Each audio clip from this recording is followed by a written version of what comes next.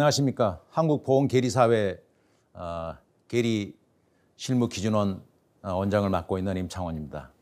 오늘 IFRS 17 재무보고 신뢰성 확보를 위한 제언에 대해서 여러분께 말씀드리기 위해서 이 자리에 섰습니다.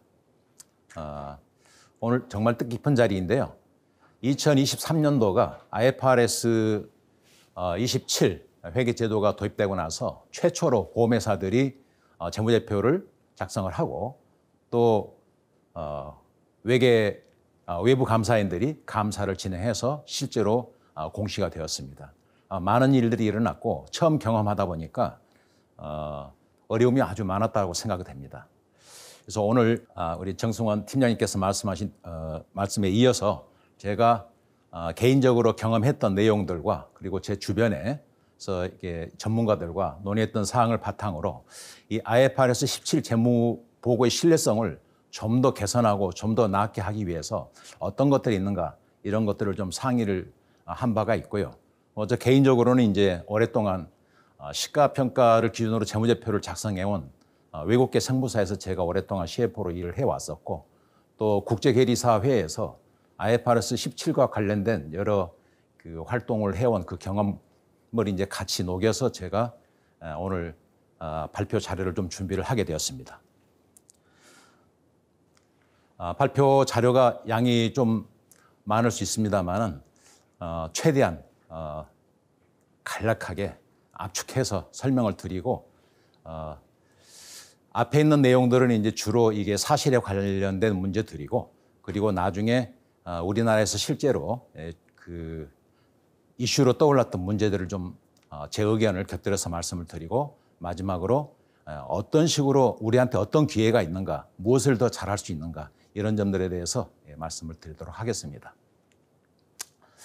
먼저 IFRS 도입 경과는 아까 정 팀장께서 말씀해 주셨는데 간단히 오래됐습니다. 이 97년부터 시작했지만 제가 여기서 강조하고 싶은 게 20년이 넘도록 이 기간이 소요됐는데 문제는 2017년에 공표를 한 회계기준서를 시행하기도 전에 6개월 전에 다시 수정해서 재공표한 이러한 사건이 벌어졌습니다. 아주 이례적인 일이었고 그래서 이거는 이 보험 계약이 워낙 복잡하고 워낙 다양하기 때문에 빚어진 그래서 이 프로젝트 난이도가 어마어마하게 높았을 거라는 것을 짐작할 수가 있습니다.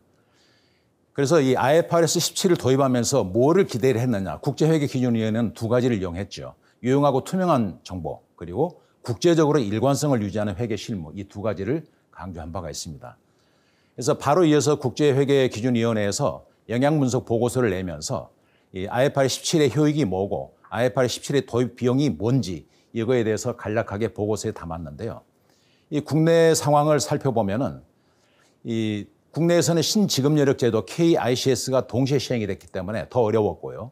그다음에 이전에 우리가 했던 IFRS 4는 원가법에 의해서 했기 때문에 워낙 차이가 많이 나서 더 난이도가 높아졌고 특히 그러한 상황 때문에 우리나라의 IFRS 17 계리 실무 지식이나 경험이 캐나다나 유럽, 호주 등에 비해서 크게 부족했다는 것을 부인할 수가 없겠죠.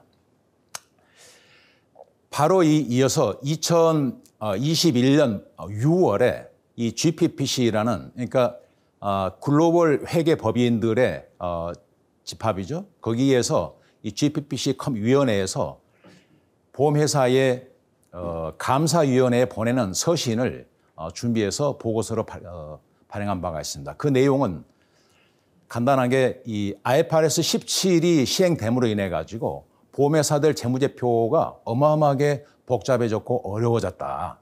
그래서 우리 외부 감사인들은 이런 식으로 대응할 테니까 보험회사들은 알아서 잘 준비하시라. 이런 내용으로 보고서를 보냈고 이 내용은 아주 유용한 내용이 많습니다. 그래서 이 보고서에 대해서는 핵심이 되는 회계 추정과 관련되는 사항들이 어떤 것들이 있고 회계 추정의 주요 요소들이 무엇이고 그리고 그 외에 기타 핵심 감사 사항들이 어떤 것인지 이런 것들을 상세하게 설명을 하고 있습니다.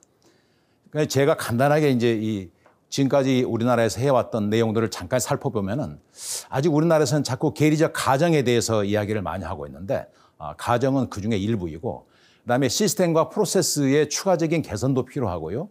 또 한 가지 우리가 이 역량을 갖춘 전문 인력, 즉 계리사 육성 이게 정말 필요하고 그다음에 적극적인 활용이 필요하다는 것을 말씀을 드리고자 합니다. 그래서 이제 이 결산이 끝났기 때문에 금년 결산이 끝나고 나서 외부 감사인들이 감사를 하고 나서 감사 보고서를 발행을 했습니다. 그래서 두 회사를 제가 뽑아서 감사 보고서를 비교를 해봤는데요.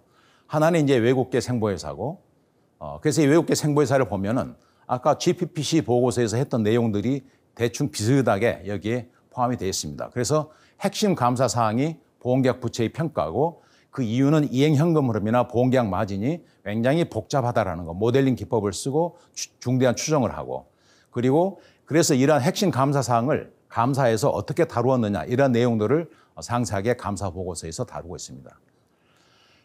또 다른 이 생명보험 회사의 감사 보고서는 여기에 대해서는 핵심 감사 사항이 위험률 가정의 적정성으로 이렇게 되어 있습니다. 그래서 이게 위험률 가정이 적정하면은 전체 이 재무제표가 잘 되어 있는가, 여기에 대해서는 좀 더 높은 수준의 판단이 필요하다라고 보여집니다. 그래서 이거는 좀 더 GPPC 보고서에서 언급한 내용들이 좀 더 앞으로 개선되어질 필요가 있다 이렇게 보여지고요. 여기서 보면은 그 계리 감사 절차에서 보험 계리 전문가들을 활용했다 이러한 내용으로 되고 있습니다만은 많은 보험회사들이 계리사들을 활용하고 있다라는 것은 현실이고 그렇지 않을 수가 없다라는 거고요.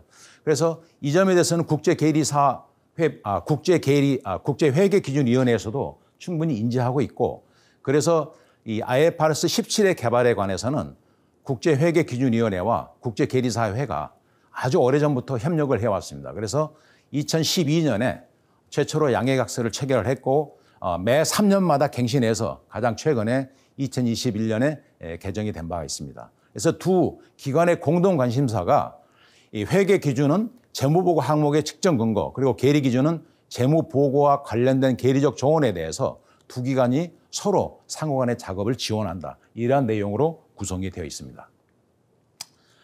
그래서 조금 전에 이제 그래서 국제계리사회에서는 이런 IASB 국제회계기준위원회의 목표를 지원하기 위해서 국제계리사회에서는 국제계리 실무 기준을 만들어서 제정을 해왔습니다. 그래서 2019년에 ISAP1이라고 일반 계리 실무 기준을, 그리고 2018년에는 IS19는 종업원 퇴직급여에 관한 계리 실무 기준이고요.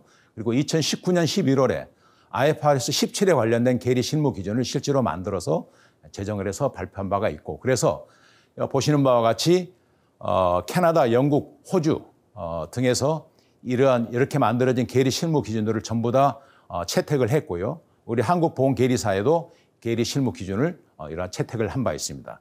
그러면 이게 국제계리 실무 기준이라는 게 뭐냐? 이것도 마찬가지로 이 원칙 중심으로 기술된 계리 실무 기준입니다. 여기 내용을 보시면은 일반 계리 실무 기준은 좀 더 다양한 내용들로 들어있지만은 IFRS 17에 관련돼서는 IFRS 17에 관련된 모든 내용들이 많이 담겨져 있다는 걸 보실 수가 있고요.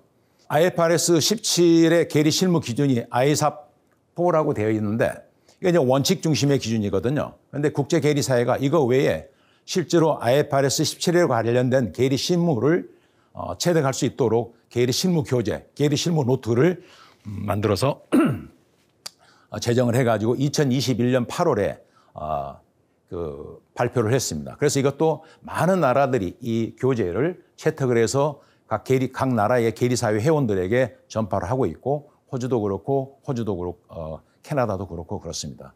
마찬가지로 이 한국보험계리사회에서도 이 IAM100이라는 계리 실무 교재를 채택을 해서 번역을 해서 17개 챕터 그리고 280페이지로 달하는 이 교재를 번역해서 우리 회원들에게 제공을 하고 교육 프로그램을 통해서 전파를 한 바가 있습니다.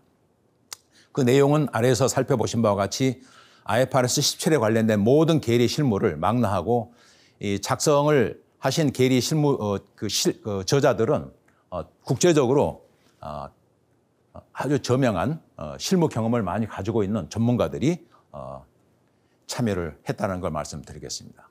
그 외에 이 IFRS 17은 굉장히 고도의 난이도가 높은 계리 실무 기법을 필요로 합니다. 그중에 특히 세 가지가 IFRS 17 위험 조정과 그다음에 재무보고 할인율, 그리고 확률론적 모델링 이 세 개에 대해서는 특별히 별도의 이 전문 서적, 이 모노그래프를 제작을 해가지고 배부를 했고요. 그래서 여기에 대해서 한국보험계리사회도 이 교재들을 채택을 해서 실제로 번역을 하고 교육 프로그램을 만들어서 우리 회원들에게 제공을 한 바 있습니다. 이러한 전문 서적들이 필요한 이유가 IFRS 17에 관련된 계리 실무를 진행하는 데 있어서 예전과는 다른 IFRS 4 때와는 전혀 다른 수준의 이 난이도가 높은 계리 기법이 필요하고 또 경험이 필요하다는 것을 말해주고 있습니다.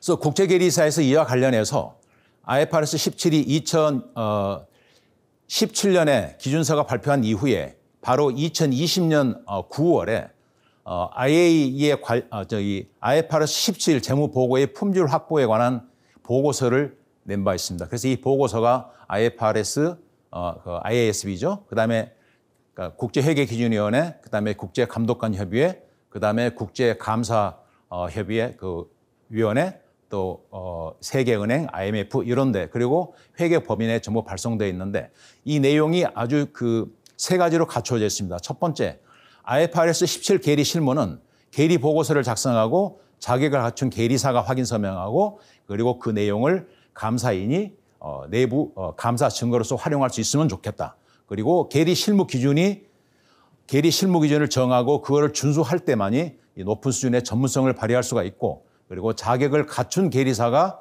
요구가 되는 계리 실무 기준을 준수할 것이다. 역량을 갖췄어야 되고요. 그리고 계리 실무 기준은 IFRS 17 계리 실무 기준을 제정해서 제시를 했고요. 그리고 또한 IFRS 계리 실무 노트까지 발행을 했다라는 점을 강조를 하고 있습니다. 이 참고로 왼쪽에 보시는 바와 같이 실제로 웨비나가 진행이 됐었고요. 웹사이트에서 홈페이지 저 웨비나 상황은 유튜브에서 쉽게 찾아볼 수 있습니다. 꼭 한번 관계자분들께서 한번 찾아보시기를 원하고요. 그래서 이제 계리 실무 기준이 나오니까 그러면 계리 실무 기준은 누가 만드는 거냐 이런 점에 대해서 논란이 있을 수 있는데 제가 이제 세 개의 나라에 대해서 간략하게 살펴보았습니다. 가장 대표적인 게 이제 캐나다와 영국과 호주인데요.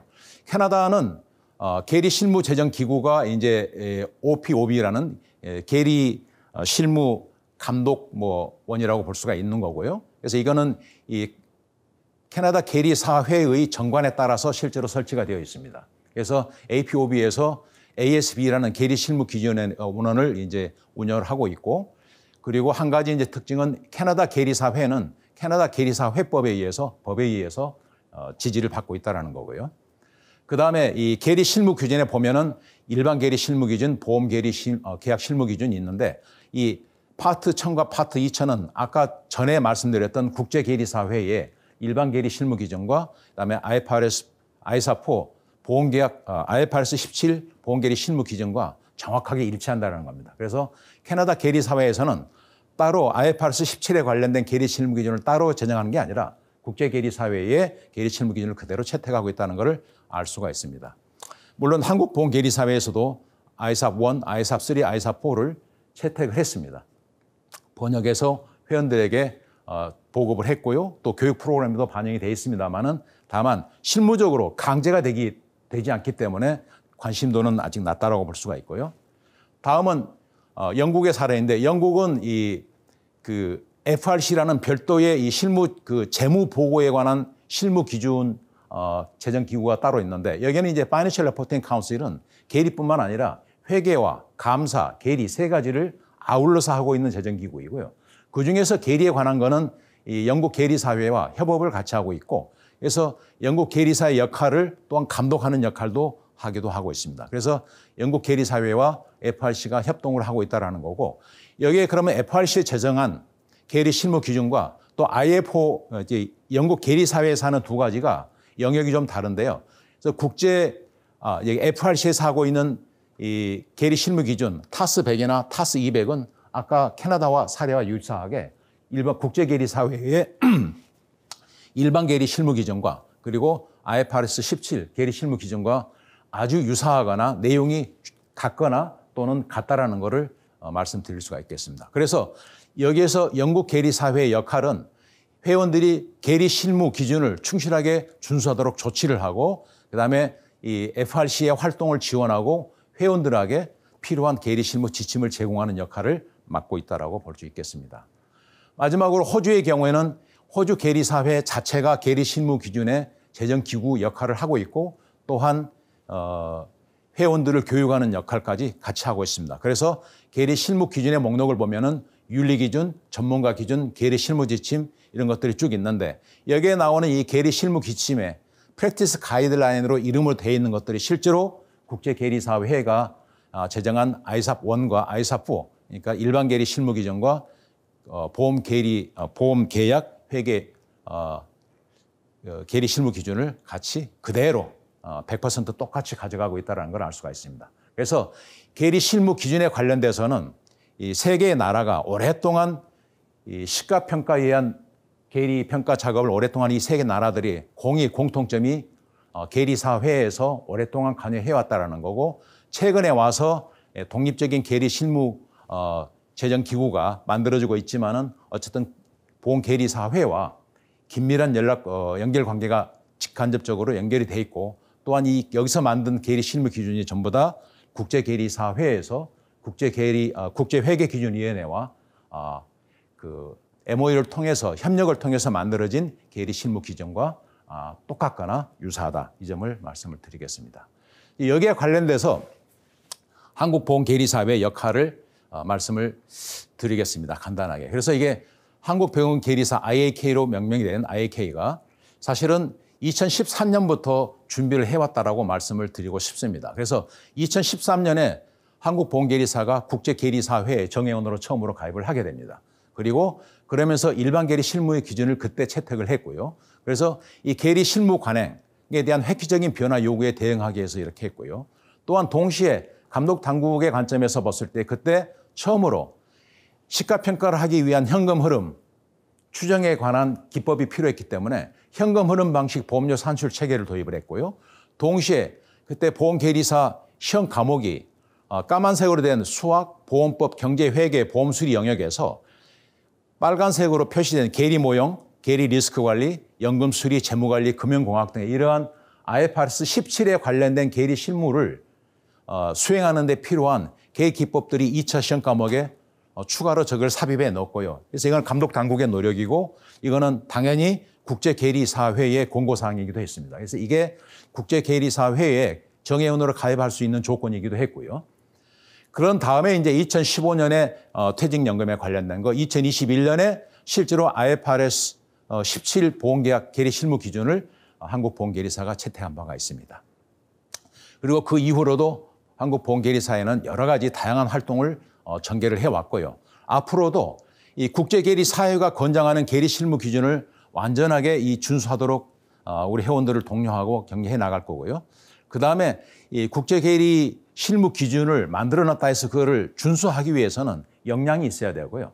그냥 시킨다고 될 수 있는 게 아니라 아까 시험 제도에서 보다 시험 제도를 확충하고 그다음에 다양한 교육을 통해서 국제계리사에서 제시하는 그런 모노그래프라든지 또는 이게 계리 실무 노트라든지 이런 것들에 대한 지속적인 교육을 통해서 이 계리 실무 기준을 올바르게 준수할 수 있도록 요구할 수 있다.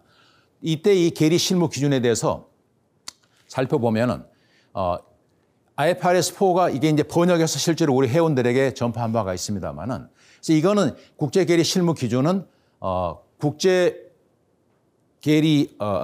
국제계리사회의 ISA 4의 내용을 그대로 가져온 거고 그래서 이거는 원칙 중심입니다. 그래서 원칙 중심이다 보니까 그럼 어떻게 해야 되지? 이게 또 공자님 말씀인가 이런 말씀들을 하시는데 그러나 이게 굉장히 중요한 잣대가 됩니다. 매 순간순간마다 이 계리 실무 기준에서 제시하고 있는 내용들을 정리하면은 이런 판단을 해도 괜찮은가라는 거를 객관적으로 서로 협의할 수 있는 이런 좋은 잣대가 될 수가 있습니다. 그다음에 아까 말씀드린 대로 이 국제계리 지침서 IM 100이라고 하는 자료를 이렇게 번역을 해서 회원들에게 제시를 했고요. 그래서 17개 주제로 나누어서 280페이지에 관한 실무 교재이기 때문에 굉장히 유용하고 물론 여기에 우리나라의 특유의 상품들에 관한 특성들은 여기에 반영이 안 돼 있을 수가 있기 때문에 그것들을 좀 보완할 필요는 있지만은 전체적으로 전 세계적으로 공통적으로 논의할 만한 사항들은 여기에 다 들어있다라고 말씀을 드릴 수 있겠습니다. 그래서 이제 한국 계리사회에서는 역량을 키우기 위해서 이러한 교육 프로그램을 만들어서 운영을 지금 하고 있고, 그래서 보시면은 이 기본적인 계리 실무의 방식과 요건을 이해하는 데 60시간, 그다음에 특수한 기법이 되는 아까 전문 분야, 할인율 이런 것들에 대해서 30시간, 그다음에 검증에 필요한 계리 보고서에 한 10시간 이런 정도 해서 저희가 판단하기에 이 IFRS 4에서 이 경험을 가지고 실제로 IFRS 17에 관련된 계리 실무자 역량을 갖추는 데는 대략 한 160 정도, 160시간 정도의 시간이 필요하다라고 보고 이거를 계속해서 강조를 하고 있고, 그리고 매년 10시간 이상의 보수 교육을 계속 지속적으로 해야만이 새롭게 나타나는 이 계리 기법들을 습득할 수가 있다. 이런 점을 가지고 준비를 해 나가고 있습니다. 마찬가지로 아까 말한 이 세 가지 전문 영역, 세 개의 모노그래프에 대해서도 우리가 번역을 해서 교육 프로그램을 진행하고 있다는 걸 말씀을 드리고요. 자, 그래서 이제 시간이 이걸 설명하는데 20분이 지나서 나머지 이제 주제가 이제 진짜인데, 이거는 이제 좀 까다롭기도 하지만 좀 더 대충 그래도 지나가겠습니다. 결산의 빛과 그늘에서 제가 8개의 장표를 뽑아봤는데, 맨 처음에 IFRS 17 준비할 때 일반적인 전망은 정말 어려울 거야 라고 했는데 잘 됐다라고 많이 이야기하거든요. 심지어 성과가 아주 좋다라고 나왔습니다. 축하할 일이고요. 그런데 다른 기사를 보니까 CSM이 신규학으로 엄청나게 많이 벌었는데 가정변경으로 한 방에 까먹었다. 그러면서 이게 가정경병이라는 이게 자율적으로 결정한 거냐, 이런 이야기들이 자꾸 나오고 있습니다. 그래서 여기에 제가 강조하고 싶은 게 자율적인 결정이라는 건 잘못된 거다. 다시 말해서 이거는 국제회계 기준하고 국제계리 기준을 준수를 해서 만들어야 된다. 그래서 가정이 변경을 하거나 가정을 새로 만들거나, 그리고 이거 가정만이 아니라 모델도 마찬가지고, 모델 변경, 가정 변경, 방법론 변경, 그리고 데이터에 관한 적합성 이런 것들이 다 모두 포함이 돼서 계리 실무 기준에 반영이 돼야 된다는 거 말씀드리고, 여기에서 이제 보도자료가 계리적 가정 가이드라인을 이렇게 마련한다. 이게 당연히 안 되니까 이러한 의도가 당연히 있을 수 있다라고 생각이 됩니다. 그런데 이게 잘 안 되는 이유를 가이드라인이 없기 때문에 그렇다라고만 하는 거는 너무 순진한 생각이 아닐까? 그래서 이게 데이터가 부족하거나 또는 판매 관행에 의해서 이렇게 되는 것들이 있는데 이런 것들을 너무 쉽게 갈 수도 있다라고 생각을 하고, 또 요즘 아까 우리 팀장님께서 말씀해 주셨는데 뭐 이게 저해지 상품이나 실손 의료보험 이런 것들에 대한 이게 잡음이 아주 많았죠. 이런 것들에 대해서는 감독 당국의 역할이 중요하긴 합니다. 그러나 이런 것들은 감독 당국의 역할은 직업여력 제도의 관점에서 살펴봐야 되지 않느냐. IFRS 17에 관련된 거는 이 회계 제도고 갭이니까 이거는 조금 더 외부 감사인들의 역할이 더 중요하다. 이렇게 저는 생각을 하고 있습니다. 마지막에 예실차 분석을 통해 가지고 가정의 적정성을 따지겠다. 이런 거는 사실은 드문 이야기입니다. 적절한 이거 아주 합당한 사례는 아니라고 봅니다. 왜냐하면은 가까운 2, 3년 동안에 축적된 예실차가 20년, 30년 후에 가정의 적정성을 보장하는 거 아니거든요. 그래서 이 점은 좀 따져봐야 될 거고요. 그다음에 이제 이 감독 당국의 감독과 지원이 당연히 필요합니다. 그러나 무엇보다도 이게 이 국제사회 상황에 비춰 정말 극복하기 어려운 문제들은 따로 골라놔야 되고, 그다음에 회사들이 오랫동안 IFRS 4 하에서 결산과 시스템 운영해 왔기 때문에 굉장히 큰 변화가 겪고 있기 때문에 문제는 당연히 있는 거고요. 한 가지 제가 강조하고 싶은 게 지금 우리나라 보험회사들이 너무 많은 상품을 순식간에 개발을 하고 순식간에 개정을 하고 여기에 소모되는 자원이 너무 많습니다. 그리고 이 어마어마하게 어려운 난이도가 높은 작업인데 실제로 수요는 부족한데 수요는 많은데 공급이 그렇게 많지가 않거든요, 이게. 그래서 이게 이 중소회사들이 이걸 다 진짜 할 수 있는가? 저는 이제 이런 고민을 좀 해봐야 된다고 생각합니다. 자, 내부 회계 관리자의 중요성을 또 이제 이게 다루었는데 이거 굉장히 좋은 이야기죠. 그런데 이 내부 회계 관리 책임자가 모든 걸 끝까지 다 할 수 없지만은 중요한 건 있습니다. 역량을 갖춘 계리 인력, 그다음에 안정된 결산 시스템과 프로세스를 확보하는 것은 정말 내부 회계 관리 책임자의 책임이자 아주 중요한 책임입니다.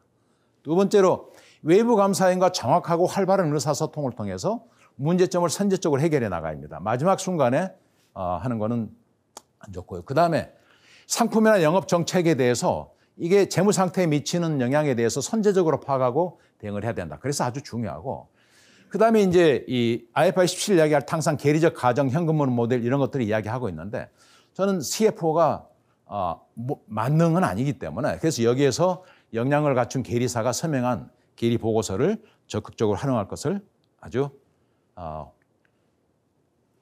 했으면 좋겠다는 얘기고, 그다음에 역량을 갖춘 계리사를 확보하는 게 중요하다고 했는데, 이게 시간이 오래 걸립니다.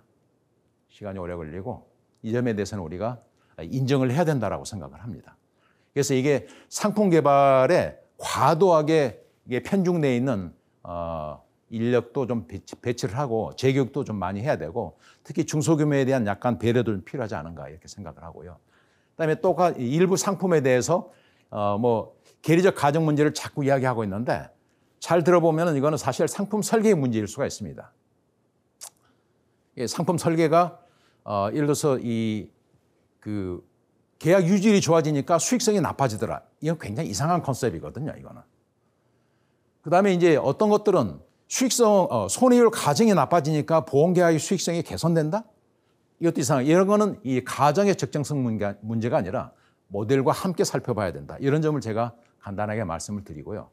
마지막으로 이제 이 독립적인 자율규제기구는 어떤 역할을 수행해야 되느냐. 저는 딱 두 가지를 말씀드리고 싶은 게, 이 계리 실무 기준과 윤리 기준을 동시에 같이 이야기를 할 수 있어야 되고, 그다음에 두 가지는 그 내용이 가정뿐만 아니라 데이터나 방법론이나 모델 이러한 내용을 포함해야 된다. 왜냐하면은 여기에 관련된 내용은 아까 GPPC 보고서에서도 언급이 되어 있고, 외부 감사인들이 어떻게 대응할 거라는 거에 대해서도요.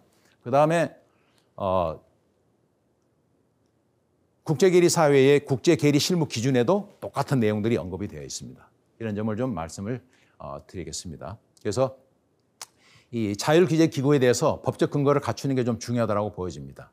그래서 현재 영국, 캐나다, 호주에서는 전부 다 이 법적으로 뒷받침이 되고 있고요. 그다음에 각 나라의 계리사회가 중요한 역할을 하고 있다는 것을 말씀을 드립니다. 그래서 이제 제안에 대해서는 아주 간단하게 말씀을 드리겠습니다. 일단 아까 이 감사 보고서에서 봤지만은 이 GPPC 보고서의 내용대로 위험을 식별하고 거기에 충실하게 핵심 감사 사항을 좀 더 확대해서 위험에 집중할 수 있으면 좋겠다. 그래서 계리사가 작성한 보고서를 감사 증거로 활용할 수 있었으면 좋겠다. 이런 점을 말씀드리고, 그다음에 계리 실무 기준을 적용하는 걸 의무화했으면 좋겠다. 한국 계리사에서는 이미 저거를 채택해서 하고 있습니다만 저게 의무화가 되질 않고 있어서, 그러다 보니까 이 계리 실무 기준에 대한 관심도가 좀 약합니다. 그래서 이거를 조금 더, 지금 계리 방법서의 한 장 하나의 이 보고서 문서가 아니라 실제로 데이터의 검증, 모델 검증, 가정 검증, 방법론의 검증, 계산이나 보고서의 검증에 관한 이러한 내용들이 종합적으로 잘 검증될 수 있도록 했으면 좋겠고, 이 과정에서 이 계리사의 역할이 좀 확대되고 책임도 강화됐으면 좋겠다. 이런 말씀을 드리고요. 그다음에 이 경영자 편향성을 유인하는 보험 상품은, 경영자 편향성은 이 GPPC 보고서에도 굉장히 강조했던 내용이고, 그래서 경영자는 당연히 이러한 편향성을 가지고 있고, 이 중에 특정한 상품에서 이러한 현상이 나타날 가능성이 높다. 이게 아까 말씀드린 그 불확실성과 변동성이 아주 큰 보험 상품, 여기에 대해서는 이 외부 감사인하고 굉장히 다른 의견에 부딪힐 가능성이 아주 높습니다. 그래서 이게 이 손해율이 높은데 수익성이 좋아지거나 또는 유질이 나빠지니까 수익성이 좋아진다든지 이런 것들은 잘 들여다봐야 되겠다. 그다음에 네 번째는 상품 개발 관행에 대해서 좀 획기적으로 개선이 됐으면 좋겠다. 이게 너무 많은 상품들이 막 만들어지고 변경되고, 또 참조 위험률 하나가 개정이 되면 여기에 따르는 작업이 어마무시해가지고 실제로 이 계리 실무, 재무보고 계리 실무에 투입될 수 있는 계리 인력들이 전부 그쪽으로 망라되고 있다. 이런 점을 우리가 개선을 좀 했으면 좋겠다라는 거고, 다음은 이제 일반 회계와 감독 회계 지금 현재 두 개로 있는데, 여기에 대해서는 저는 이제 감독 회계의 역할은 일반 회계를 우리가 IFRS 17을 준비하는데 어려움을 겪었던 회사들에 대해서 감독 회계가 지금까지 정말 중요한 역할을 해왔다고 생각합니다. 지렛대 역할을 해왔고, 나침반 역할도 해왔고, 그러나 이제 그 역할을 거의 마무리되지 않았나. 그래서 이 재무건전성 관리에 대해서는 이게 킥스, 건전성 회계에 맡기고 그다음에 손익 관리라든가 이런 것들에 대해서는 IFRS 17에 맡겨도 되지 않느냐 이런 점을 말씀을 드리고 두 번째는 이제 같은 비슷한 이야기입니다만은 아까 말씀드렸다시피 이 규모가 작은 회사들이 충분한 시스템과 프로세스를 갖추고 인력들을 다 갖추고 하는 데는 정말 난이도가 어렵습니다. 그래서 선택의 여지를 좀 줄이고 좀 더 구체적인 기준을 제시하는 이런 것들을 좀 세부로 만들어서 이거는 비상장 회사한테만 좀 더 간편하게 적용할 수 있는 이런 것들을 만들어주면 좀 낫지 않을까. 그러면은 좀 더 가벼운 회계 기준을 가지고 해나갈 수 있다고 보여집니다. 그래서 이거는 이 17과 세부를 동시에 가져가면서 상장회사는 IFRS 17을 의무적으로 적용하고 그다음에 비상장회사는 17과 셉 중에 둘 중에 역량이 있는 회사는 17, 역량이 부족한 회사는 셉을 선택적으로 적용할 수 있도록 이렇게 해주면은 좀 더 낫지 않을까. 인력 수급이나 그다음에 회계 비교 가능성이 이런 게 좀 높아질 거라고 보여집니다. 그다음에 또 한 가지는 이 배당 계약을 위해서 이제 IFRS 4가 지금도 이제 단지 말해서 해약식 준비금이라는 걸 만들고 있고 이걸 가지고 투자 수익을 배분하는 이런 게 있는데 제가 이해하는 바로는 영국이나 캐나다나 호주나 다 이게 이 배당 계약에 대해서 다 특별 계정을 가지고 운영을 하고 있고 특별 계정 내에서 운영이 되기 때문에 이 자산운용 수익을 따로 배분할 필요가 없는데 우리는 이제 역사적 배경이 있어가지고 그게 좀 어려운 점이 있습니다. 그러나 이거를 이제는 특히 중소규모 회사들한테는 아주 규모가 작은 회사들인데도 불구하고 이 복잡한 이 해약식 준비금을 산출하고 투자 수익 배분하고 하는 복잡한 절차를 한다는 것은 별로 실익이 없지 않나. 그래서 이런 회사들에게는 좀 더 간편하게 그냥 특별 계정을 운용해서 정리할 수 있도록 이렇게 허용하는 게 좋지 않을까 생각을 하고 그다음에 이 자율 규제 기구에 대해서도 아까 말씀드렸다시피 영국이나 캐나다, 호주의 사례와 같이 이 독립적이고 전문적인 자율 규제 기구를 갖추고 그다음에 계리 실무 기준이 좀 더 포괄적인 가정뿐만 아니라 그리고 계리사를 계속해서 교육을 할 수 있고 그다음에 계리사의 직무 수행을 감독할 수 있는 이러한 자율 규제 기구가 만들어지면 좋겠다. 그리고 여기에서 이 한국보험계리사회가 지금까지 해왔던 역할이 있고 앞으로도 계속 잘할 수 있어서 중요한 역할을 할 수 있게 되기를 기대를 한다. 이런 말씀을 드릴 수 있겠습니다. 그래서 요약을 하면은 그렇습니다. 이거는 각각의 제가 이제 제안드린 한 8가지가 오른쪽에 기대 효과가 되게 많고 근데 이게 어떤 것들은 즉시 할 수 있는 것도 있지만 어떤 것들은 준비가 필요한 것도 있고 어떤 것들은 정말 당장 중요하지만 어떤 것들은 천천히 해야 될 것도 있고 어떤 것들은 개별적으로 해야 될 것도 있지만 어떤 것들은 병행해서 할 수 있는 것도 있고 그래서 여기에 대한 판단은 업계에서 같이 논의해서 진행을 해 나가야 되지 않을까 싶습니다. 이상으로 제 발표를 마치겠습니다. 예, 감사합니다.